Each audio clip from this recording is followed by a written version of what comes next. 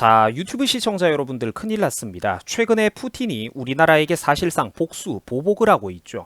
최근에 러시아 정부는 비우호적인 행동을 한 국가 명단에 우리 한국을 포함시켜버렸다라고 합니다. 우리 한국이 그러니까 자기들 러시아하고 더 이상 우호적인 나라가 아니라고 공표를 해버린 거죠. 자, 여러분들 물론 이런 결과가 무섭기도 하고 올 것이 온 거기는 합니다. 현 시점에서 이런 결과를 100% 피하는 거는 누구라도 힘들었을 거예요.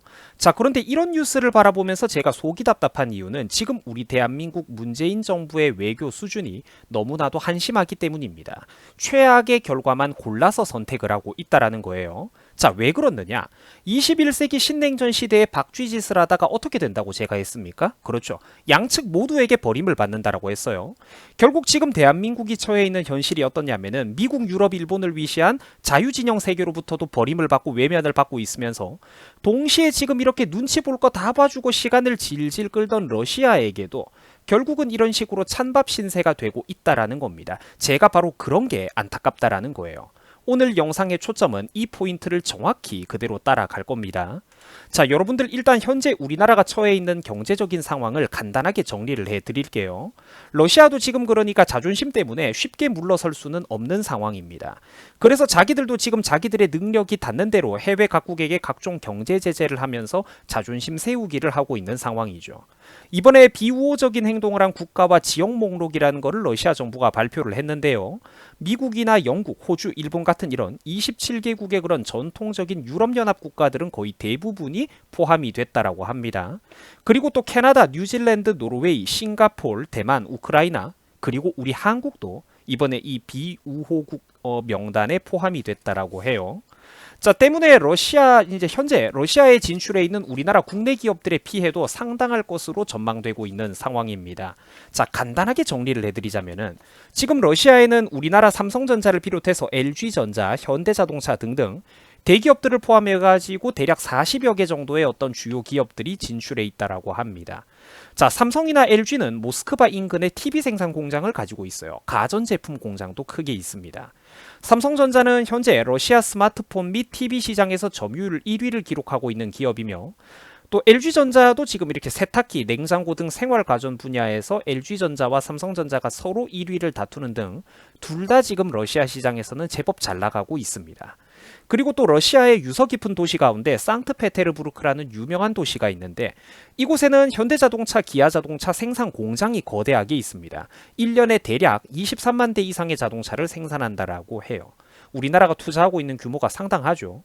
자, 그런데 현 시점에서는 아무래도 이런 국내 기업들로부터 경제적인 타격이 생길 수밖에 없다라는 겁니다. 어떤 식으로든 러시아 정부가 발목을 잡고 규제하는 나쁜 짓을 할 것이고 특히 이런 양아치 국가들이 관련된 곳에서 대금 지불을 할 때 루블화 같은 걸로 지불을 해버리면은 국내 기업들이 막대한 손해를 입게 되는 것은 피할 수가 없을 거라고 전문가들이 보고 있습니다. 자, 물론 여러분들 전 세계가 경제 제재 동참을 하고 있는 이런 현실 속에서 우리나라 역시 그 대세에 속하는 것은 어쩔 수 없는 당연한 선택이었습니다. 그렇지만 제가 계속해서 지금 강조하고 있는 것은 어차피 양자택일을 해야 했다면 국가 지도부는 과감하고 신속한 결단력을 발휘해서 그 피해 규모를 최소화할 줄 아는 리더십이 있어야 된다는 거예요. 제가 항상 여러분들 여러 번 말씀을 드렸습니다만 21세기 신냉전 시대에서 어설프게 박쥐짓을 하면서 중립국가 코스프레를 하다가는 그 대가가 이렇게 뼈저리게 돌아온다라는 겁니다. 한국은 국제무역과 자원의 수입 그리고 상품의 수출이 없이는 절대로 유지가 될 수가 없는 나라입니다. 그런데 그 항해의 자유를 보장해주는 게 사실상 미국이에요. 그래서 우리 대한민국은 잘 먹고 잘 살기 위해서는 자유진영 국가들과 반드시 함께 연대를 발맞춰야 하는 것입니다. 중간에서 힘도 없고 뭣도 없는 것들이 지하자원도 없는 것들이 어설프게 박쥐짓을 하다가는 결국 양대 거대 진영 모두에게 버림을 받고 사람 대접도 못 받게 된다. 제가 그거를 강조하고 싶은 거예요. 실제로 여러분들에게 현실을 한번 보여드리겠습니다.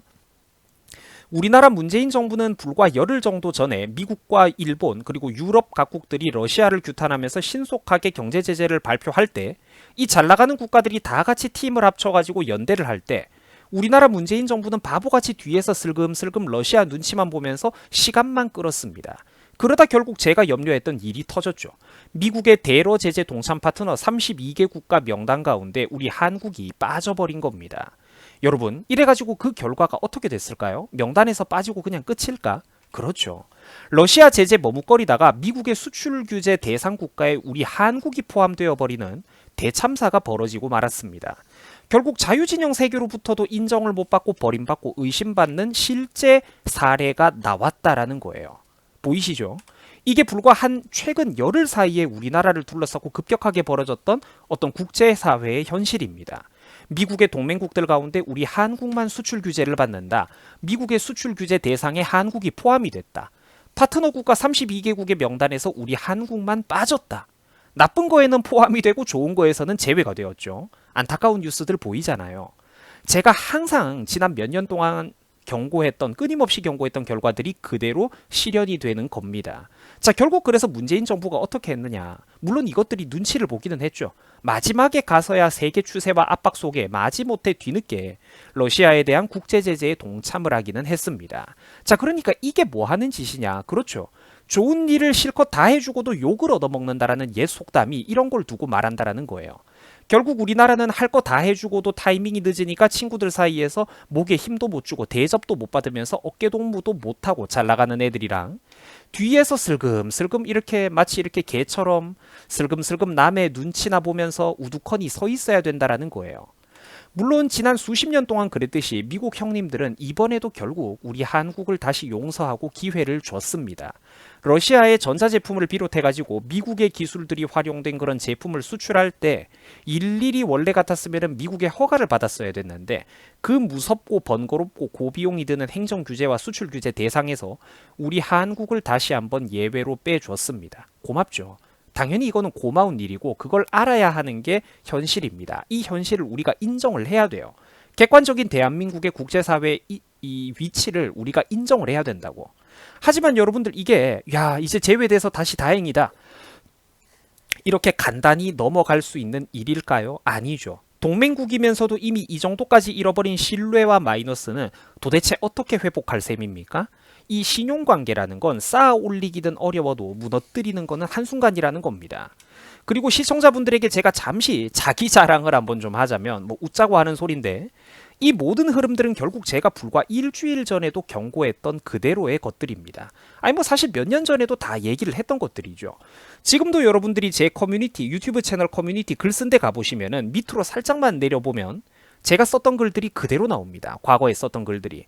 문재인과 586 운동권 민주당들이 나라를 망치고 있다라고 말이죠. 당시 제가 썼던 긴 글의 중간중간을 한번 들어보세요. 한국이 비열하고 기회주의적인 짓을 해도 미국이 항상 넘어가주고 있다.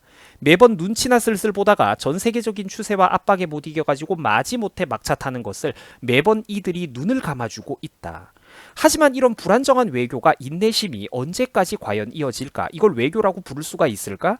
만약 이번에도 결국 미국이 한국을 예외로 다시 한번 봐주고 넘어가게 된다면 우리나라의 배은망덕한 좌파 세력들은 또 이렇게 큰 소리를 칠 것이다.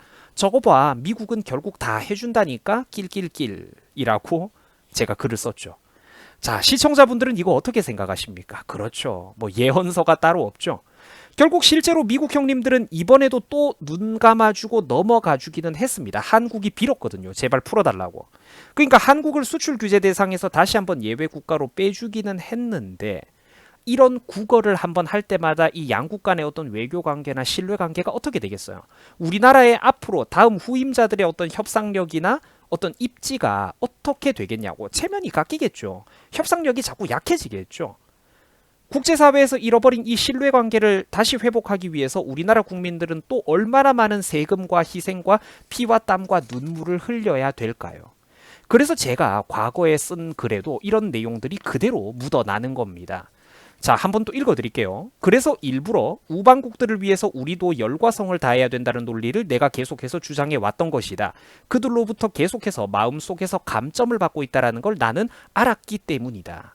내가 받아먹을 때는 당연한 건데 내가 남에게 돌려주거나 갚아야 될 때는 모른 척을 하는 이 대한민국 특유의 이 근성은 굉장히 나쁘고 부끄러운 근성이다. 이 짓거리를 우방 국가들이 인내심을 가지고 눈 감아주는 것도 한두 번일 것이다 라는 경고들입니다. 참 마음이 아프죠, 여러분들.